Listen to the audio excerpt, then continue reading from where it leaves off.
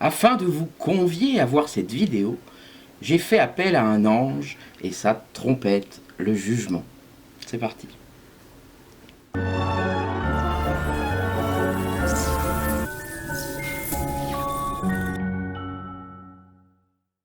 Bonjour à toutes, bonjour à tous, bienvenue sur la chaîne Alain Telly, le mat au soleil. Je remercie les nouveaux abonnés, notamment Jérôme qui m'a laissé des messages bien sympas et encourageants en commentaire. Je souhaite la bienvenue à Michel, je souhaite la bienvenue à Bernard qui lui-même est un spécialiste du tarot, psychologique notamment, donc je suis très honoré. Bienvenue à vous tous. Aujourd'hui, un arcane, pas des plus faciles à appréhender pour les débutants, le jugement. Le jugement, c'est l'arcane 20, donc c'est l'un des derniers arcanes du tarot de Marseille, des majeurs bien sûr. Le jugement, c'est une lame qu'il faut observer. Alors des fois, elle est un peu compliquée à comprendre parce que son nom, le jugement, fait un lien avec la justice, l'arcane 8, donc on a un petit peu du mal à l'apercevoir. Il y a il y a une richesse vraiment de décor. Il y a plusieurs personnages de différentes couleurs. Il y a une partie céleste, une partie humaine. Donc voilà, des fois c'est un peu compliqué à appréhender. Alors comme d'habitude, intéressons-nous d'abord à son numéro, à son nombre. Son nombre, c'est le 20, donc qui est en association avec le 10, comme le 19 est en association avec le 9. Donc là, le 10, qu'est-ce que c'est? C'est la roue de fortune. La roue de fortune, c'était une lame qui parlait avec sa manivelle, comme ça, prête à être actionnée, de blocage, de déblocage d'une situation. Donc il y avait vraiment dans l'arcane 10 cette idée de saisir sa chance. Dans l'arcane 20, il va y avoir une possibilité parfois de seconde chance, de chance à ne pas louper. Donc on voit parfois dans l'arcane 13, l'arcane sans nom, elle est parfois associée, l'arcane 13, à mon sens à tort, hein, comme je l'explique dans la vidéo sur l'arcane 13, à une notion de renouveau.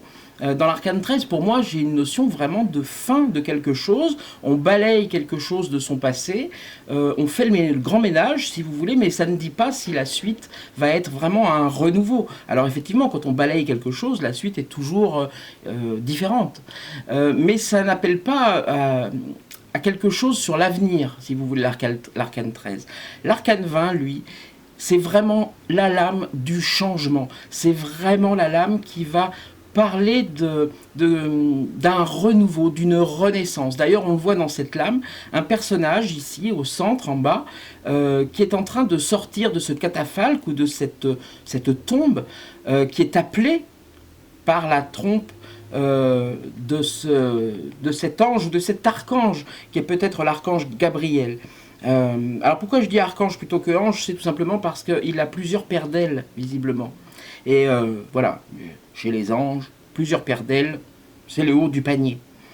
Hein, c'est le gratin, c'est le commandant, quoi. Hein.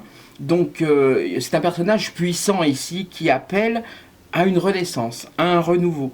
On voit, alors il faut observer cette lame pour bien la comprendre, comme toutes les lames, mais celle-ci bien particulièrement. Vous avez une partie vraiment humaine en bas, et vous avez une partie céleste en haut, qui est vraiment très clairement définie ici. Vous avez deux personnages couleur chair qui sont là, qu'on retrouve déjà, ces deux personnages couleur chair, par exemple dans le Diable, ou dans le Soleil, qu'on a étudié juste avant.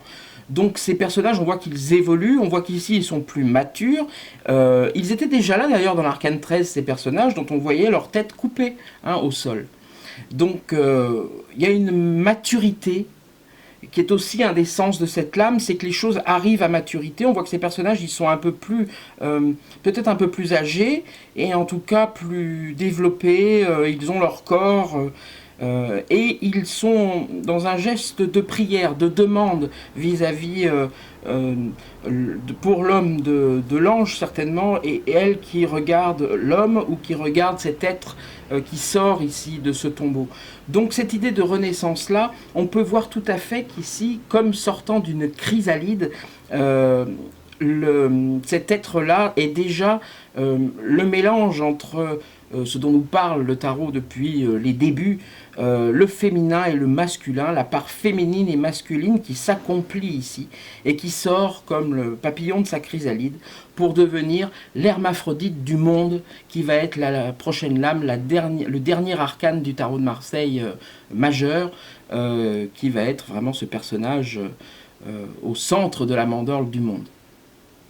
Donc c'est l'occasion de parfois racheter ses fautes, et de enfin passer à quelque chose. Donc il peut y avoir l'appel ici d'un service juridique, d'un jugement qui peut tout à fait tomber, qui ne dit pas forcément que ça va être positif dans cette lame-là, ça va être les lames autour qui vont en parler.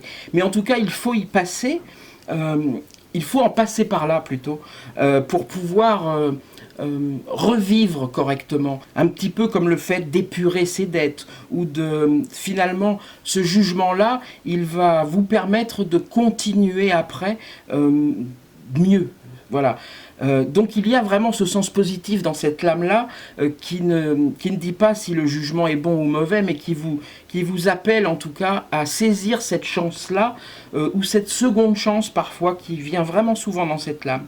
Donc il y a le fait de répondre à l'appel. Il faut répondre à l'appel. Là c'est un archange, c'est un ange puissant qui vous appelle à saisir cette opportunité, donc il faut l'entendre, il faut répondre au téléphone. Donc ça peut être vraiment une lame en divination qui peut parler d'un coup de fil, d'un mail, qui peut parler du retour de quelqu'un du passé, d'un courrier, qui peut en tout cas, voilà, c'est quelque chose qui vous sonne aux oreilles comme ça, et vous ne pouvez pas ignorer qu'on vous appelle.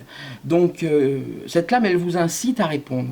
Et puis il y a dans cette lame une nouveauté par rapport à toutes les lames précédentes, peut-être sauf avec celle de la Maison Dieu, eh bien c'est le son. C'est qu'il y a du son dans cette lame, il y a une autre dimension.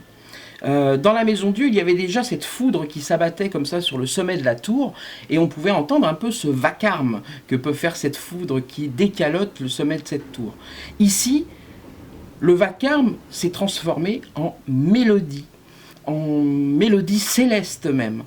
Donc ça veut dire quelque chose qui est puissant, qui est très fort, mais qui est harmonieux, qui s'est harmonisé. Donc il y a vraiment un appel à vous équilibrer, un appel divin, si vous voulez, à vous équilibrer. Par cette trompe-là, ce sont des mots qui vont peut-être en sortir, mais qui sont comme une musique, ce serait comme une musique très très distincte, très claire, très harmonieuse, quelque chose qui est limpide. Donc voilà, c'est pour ça que cette lame, elle parle aussi de répondez à cet appel-là. Vous ne pouvez pas faire comme si vous ne l'entendiez pas. Et puis ce sont peut-être des mots qui sortent. Le verbe, ça me fait penser à l'évangile de Saint Jean, dans son prologue, qui dit « Au commencement était le verbe, et le verbe était auprès de Dieu, et le verbe était Dieu. Et le verbe s'est fait chair, a habité parmi nous, plein de grâce et de vérité. » Alors là, j'ai l'air un peu curé en disant ça.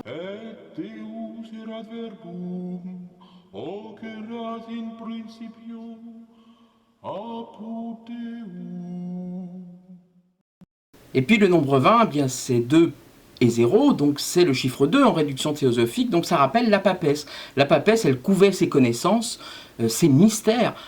Là, elle a craché le morceau depuis longtemps, la papesse. Là, il n'y a plus de mystère ici. Les choses sont clarifiées dans l'arcane 20. Donc on est vraiment au debout de la chaîne. Ici, les mystères, ils sont exprimés. C'est vraiment le contraire de la papesse qui est une taiseuse, qui diffuse son savoir avec parcimonie.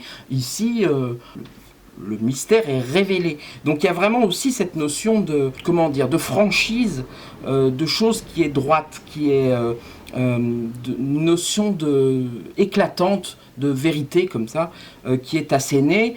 Vous ne pouvez pas nier toujours les choses. Moi, c'est souvent ça qui me vient dans les tirages, c'est cette notion que, ça pour pas l'entendre, il faut vraiment faire semblant. C'est quelque chose qui vous appelle justement à enfin tourner la page, enfin passer à autre chose souvent.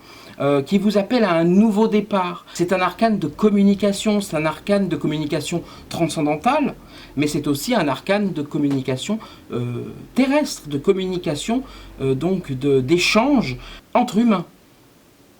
Et puis cette trompette, ou cette trompe ici, eh bien, comme je vous disais, il y a le son qui est ici, donc ça peut être un arcane qui parle de musique, qui parle de mélodie, qui parle de bonnes paroles, de choses à entendre. Donc voilà, en divination, ça peut vraiment parler de tout ça, hein, de l'appel téléphonique jusqu'à la musique, de choisir sa voix dans la musique, etc. Ça peut vraiment ressortir. Et c'est souvent une lame de sortie de crise, c'est-à-dire c'est souvent après une longue crise que cette lame peut parler, c'est-à-dire après une dépression. C'est un retour de la vitalité, cette lame. Il y a quelque chose ici qui vous appelle à pousser, donc qui vous appelle comme un grand soleil et une belle pluie d'été va appeler le gazon à pousser, qui va vous appeler à vous régénérer, à vous faire confiance, à croître. Voilà. Donc ça peut aussi parler d'une entreprise qui va grossir, qui est appelée à passer un contrat qui va lui permettre de s'étendre. Ça peut sortir. Vous avez des choses intéressantes dans cette lame, notamment... Alors je vous invite à voir la vidéo sur l'arcane 5, sur le pape, parce qu'il y a un lien avec la tonsure ici, qui est ici, donc je ne vais pas y revenir, vous pouvez le voir dans l'arcane du pape. Mais vous avez ici cette tête qui peut représenter un œil. Hein, vous le voyez ici, avec cette petite montagne qui est derrière, et puis cette centrale. Donc c'est peut-être l'œil de Dieu, l'œil qui voit tout. Puis vous avez aussi peut-être aussi cette idée du... Alors je ne sais pas si ça se dit encore, mais à l'époque on disait quand un enfant sortait avec ou un reste placentaire sur lui, ou même toute l'enveloppe placentaire comme ça autour de lui, on disait qu'il naissait coiffé et que ça le protégeait contre le mauvais sort. Et bien ici il y a cette idée aussi de naître protégé pour la suite. C'est-à-dire qu'il y a quelque chose qui est épuré ici, il y a quelque chose qui est magique, comme un enfant né sous de bons auspices. Donc il y a vraiment cette idée, alors quand c'est une entreprise, ben vous comprenez ce que ça peut vouloir dire, quand c'est une relation de couple, ce que ça peut vouloir dire, c'est-à-dire qu'il y a une onction, si vous voulez, qui est faite par le haut sur la chose en question qui concerne votre tirage. Donc c'est une lame qui parle pas mal d'espérance. Je ne peux m'empêcher de penser à Philippe Croison. Vous savez, cet homme qui est monté sur son toit pour réparer son antenne de télé, et puis qui s'est fait foudroyer. Et il a dû être amputé de ses 4 membres. Et bien cet homme, il est passé par une phase de dépression complète, hein, d'envie de mourir, très certainement. Enfin, c'est il en parle beaucoup, hein. Et puis il a réussi, si vous voulez, à prendre ce que la vie lui donnait. C'est-à-dire, la vie lui a imposé cette épouvantable catastrophe, et lui, il a su en faire quelque chose. Alors, ça ne remplace pas ses membres, hein. Il le dit lui-même, hein, ce qu'il a fait, ce qu'il a réalisé, la traversée de la Manche à la nage, il fait des conférences, je crois, un peu partout dans le monde. Enfin, il va dans les écoles, il diffuse cette espérance-là. Et il y a quelque chose de ce domaine-là, il y a quelque chose de Philippe Croison dans la lame du jugement. Si un jour il voit cette vidéo, Philippe Croison, ben, je le salue. Et il y a quelque chose de ça, de ce principe de résilience, quoi, qui appelle à affronter les choses pour pouvoir renaître, voilà, pour pouvoir repousser, réagir dans le monde d'une autre manière. Ça appelle à une seconde vie. C'est pour ça que je parlais de seconde chance tout à l'heure. Mais il y a vraiment cette notion-là dans cette lame. Alors effectivement, c'est une lame qui peut avoir des aspects négatifs, comme toutes les lames du tarot de Marseille. Mais c'est également ces lames-là. C'est-à-dire qu'elle peut, cette lame, annoncer quelque chose de... comme je vous disais tout à l'heure, par exemple un jugement au tribunal, où il faut bien en passer par là, puis vous allez prendre une peine et vous allez être condamné. Mais plutôt que de fuir... la justice et de ne pas vous rendre aux convocations, ben, il vaut mieux vous y rendre, parce que ça vous dit que même si ça va être dur à vivre, au sortir, ça va être positif. Donc toutes les lames du tarot de Marseille, comme je l'ai dit dans la précédente vidéo, sont positives, toujours positives, puisqu'elles vous appellent toujours à comprendre des choses pour pouvoir rendre votre vie meilleure, pour pouvoir avancer sur votre chemin initiatique. Et celle-ci, c'est exactement la même chose, mais parfois en plus fort, parce que c'est souvent une lame qui parle quand même de grandes choses, de grands moments de la vie. Alors bien sûr, selon le tirage que vous faites, hein, après il faut aussi savoir être terre à terre quand c'est sur des questions plus terre à terre. Mais voilà, dans cette lame-là, on voit que les personnages sont nus, hein, ils n'ont pas besoin d'apparat, ils n'ont plus besoin du tout de se vêtir, hein, déjà depuis quelques lames. Hein. Ils n'ont plus besoin de se protéger, ils n'ont rien à cacher. Hein. Ce personnage ici qui est de dos, comme je vous disais tout à l'heure, certainement l'hermaphrodite qui va arriver dans le monde, mais ici on voit que c'est un personnage avec une tonsure, hein, comme les petits personnages du pape, donc ça veut dire qu'il y a quelque chose d'évolué déjà, hein, comme s'il naissait déjà avec la science en lui, avec les connaissances en lui, avec la connaissance des mystères en lui, et il arrive au monde appelé par cet ange qui ici est entouré, vous voyez, de nuages, comme l'as de bâton ou l'as d'épée, hein, dont il y a une main qui sort comme ça dans les nuages. Donc on peut penser que la main dont il est question, eh bien c'est peut-être la main de cet ange-là. Hein, c'est peut-être la main de l'ange du jugement qui est encore dans les bâtons et dans l'épée. Et puis on peut voir son denier au-dessus de la tête. Peut-être que vous, il est plutôt rouge, mais voilà, il a aussi un beau denier ici. Et il y a même une référence avec ce petit troisième œil rouge ici que vous pouvez retrouver à certains endroits de la coupe de l'as de coupe. Donc voilà, c'est une lame qui est quand même forte dans l'émotion qu'elle peut susciter. Elle peut aussi, cette lame, parler justement de troubles émotionnels, de choses qui sont à vivre, qui sont fortes. Alors, effectivement, dans sa part un peu négative, il y a cette idée qu'on vous appelle et que vous n'entendez pas, que vous refusez d'entendre. Il y a un refus d'obtempérer qui peut parler dans cette lame. Le refus d'écouter. Le refus si vous êtes ici, et puis vous ne voulez pas entendre l'appel qui vous est fait, ça peut être négatif dans cette lame. Parce que cette lame, elle ne vous ordonne pas d'obtempérer. Elle vous conseille d'obtempérer à cet appel-là.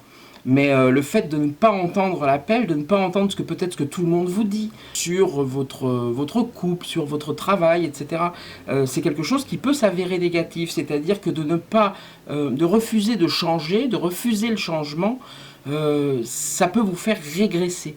Et ça, cette lame, elle peut vous en parler. Refuser le changement, c'est pas constructif parce que on est effectivement rassuré dans quelque chose qui est constamment stable.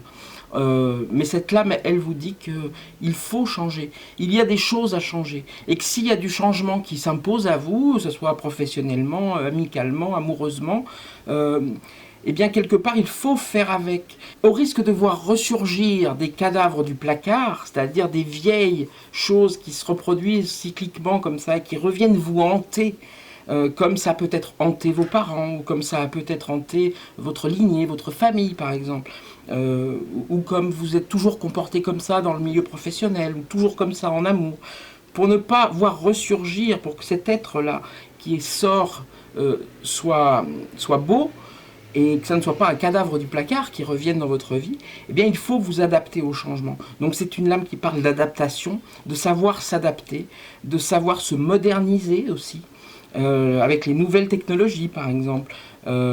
Alors c'est pas du tout une obligation, hein. Ça veut pas dire que cette lame elle vous dit si vous êtes avec votre stylo et je veux pas de portable, vous êtes un vieux con. C'est pas du tout ça qu'elle vous dit, cette lame.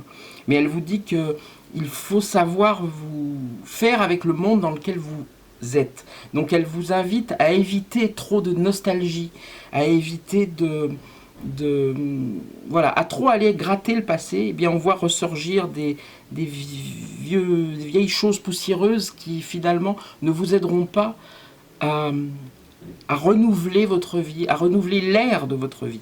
Voilà, c'est comme quelque chose qui vous invite à aérer, à affronter ce qui vous est proposé pour mieux finalement après redémarrer, il y a vraiment cette notion-là, redémarrer dans quelque chose de plus sain. Si vous voulez, avec le chariot, l'arcane du chariot, il y avait une volonté de tenir sous contrôle votre intellect, votre mental, de pouvoir vous élever intellectuellement, de comprendre les choses. Avec la Maison Dieu, il y a une ouverture du mental qui se fait comme ça, on visualise, sur des choses plus magiques, sur la joie, si vous voulez. Avec l'arcane 20, vous êtes responsable de vos actes. Cette lame, elle vous crie que vous êtes responsable de votre vie, que c'est vous qui avez les rênes de votre vie. Il faut entendre les signes, il faut entendre les évidences, si vous voulez, et faire avec, et savoir transformer cela, savoir unir justement dans cette trinité qu'il y a ici, ces trois personnages, et bien savoir unir votre côté féminin, votre côté masculin, c'est-à-dire votre côté émotionnel et votre côté actif. Il faut savoir les unir, les équilibrer pour pouvoir trouver la bonne voie, la voie du milieu, la voie qui vous permet de vous sortir de toutes les situations, la voie qui vous permet de réussir votre vie. Cette lame, elle vous appelle à réussir votre vie. Donc, quelle que soit la base, quelles que soient les circonstances, quel que soit le bon ou le mauvais de ce qui s'est passé dans votre vie ou avant votre vie, cette lame, elle vous invite à réussir votre vie. Et elle vous explique comment le faire. C'est en agissant, en écoutant vos émotions, sans vous laisser déborder par vos émotions. Donc, elle vous appelle à une certaine noblesse d'âme, une certaine froideur, pas une distance, mais une certaine rigueur qui vous permettra d'affronter tout.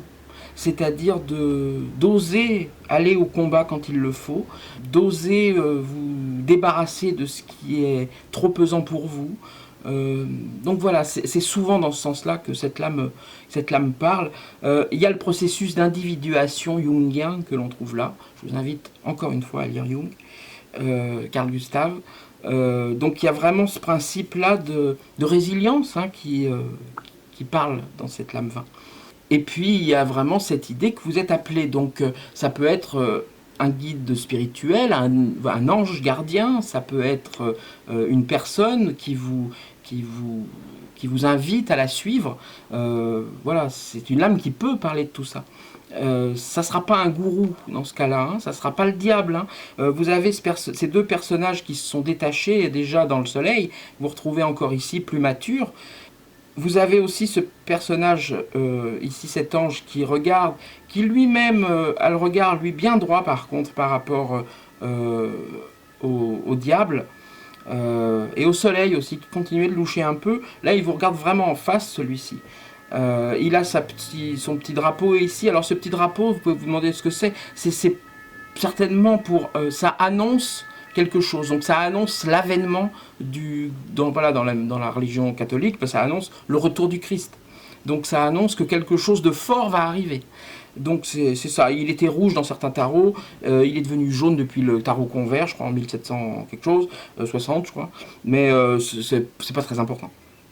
C'est que les couleurs à ce niveau-là, voilà, vous attachez pas à ces petits détails. Vous voyez que les petites flamèches ici, c'était des gouttes qu'on avait, donc c'était quelque chose de très liquide, qui parlait encore d'émotion, il y avait du travail émotionnel qui était fait dans la lune et dans le soleil. Ici, ce sont vraiment des petites langues de flammes comme ça. Donc là, on est vraiment dans une énergie de feu, on est dans une énergie puissante qui ne parle plus seulement d'émotion, mais de construction, qui parle d'action, quelque chose qui est en action. Donc voilà, c'est de la vraie chaleur, ça, qui fait travailler, quoi. Donc ça parle de quelque chose qui travaille, comme un forgeron, quoi.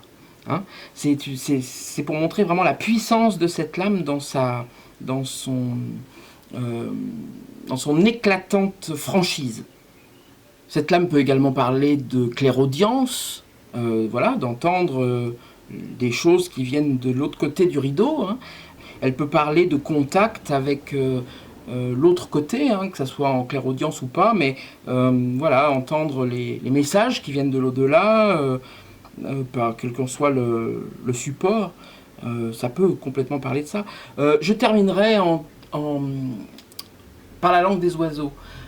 Si vous placez les 20 premières lames comme ça sur deux colonnes, du 1 jusqu'au 10 et du 11 jusqu'au 20, vous pouvez dire le bateleur et le jugement. Le bas, teleur, du verbe leurrer, et le juge ment. Donc ça peut vouloir dire, ne vous laissez pas leurrer par la richesse purement matérielle, purement standing, quoi. Ça, c'est pas grand-chose. Ça ne vous interdit pas du tout d'avoir envie d'avoir un peu d'argent, de faire des beaux voyages et d'avoir une belle voiture. Hein. Mais ça veut dire que ce n'est pas très important. Hein, que si c'est ça le but de votre vie, vous allez rester en bas, quoi. Hein, vous n'entendrez pas, vous ne serez pas capable d'entendre les appels. Mais par contre, tout en haut, vous avez aussi le jugement. Alors, qu'est-ce que ça veut dire le jugement? Ça veut dire que, comme je vous le dis parfois, les tarots, ils sont quand même un peu, enfin très iconoclastes même, et puis ils sont un peu cyniques, ils sont un peu... il y a quelque chose qui est de l'ordre de la commedia dell'arte dans ces lames. C'est-à-dire que vous avez la justice, la lame de la justice, qui est très sérieuse, etc. Et puis on a vu dans l'arcane de la justice que sa balance elle penche quand même d'un côté, que son glaive il penche quand même un peu d'un côté, avec tout son corps elle a l'air de vous montrer le chemin, quoi. Hein, je suis un juge impartial mais c'est par là.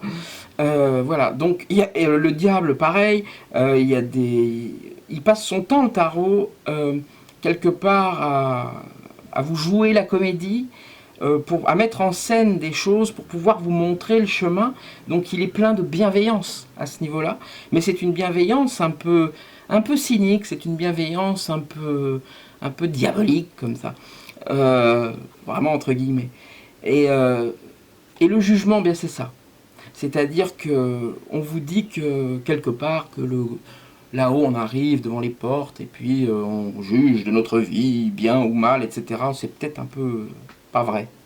Hein, c'est peut-être que vous faites de votre mieux ici, hein, et puis quel que soit ce que vous avez fait, quelque part, c'est autre chose qui se passe ailleurs. C'est pas un grand juge qui vous envoie en enfer, au purgatoire ou au paradis, c'est bien autre chose qui se passe là-haut. Il sera bien assez tôt pour s'en rendre compte.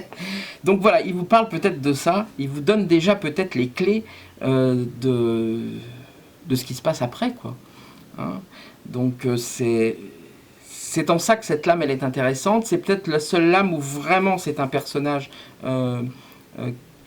qui vient des cieux. C'est un personnage, c'est peut-être un ange vraiment qui parle dans cette lame. Voilà, toute la magie de cette magnifique lame du jugement. N'hésitez pas à me dire ce que vous pensez de cette vidéo, qui était un peu laborieuse. Je vais essayer d'en faire plus souvent. La semaine dernière, j'étais un peu court parce que j'avais des choses à faire, mais cette semaine, je vais essayer d'en publier presque une tous les jours. Donc voilà, n'hésitez pas à mettre un petit pouce, n'hésitez pas à vous abonner, n'hésitez pas à me dire ce que vous en pensez en commentaire. Voilà. Encore bienvenue aux nouveaux abonnés. Et puis, je vous souhaite le meilleur. Je vous dis à très bientôt. Salut, salut.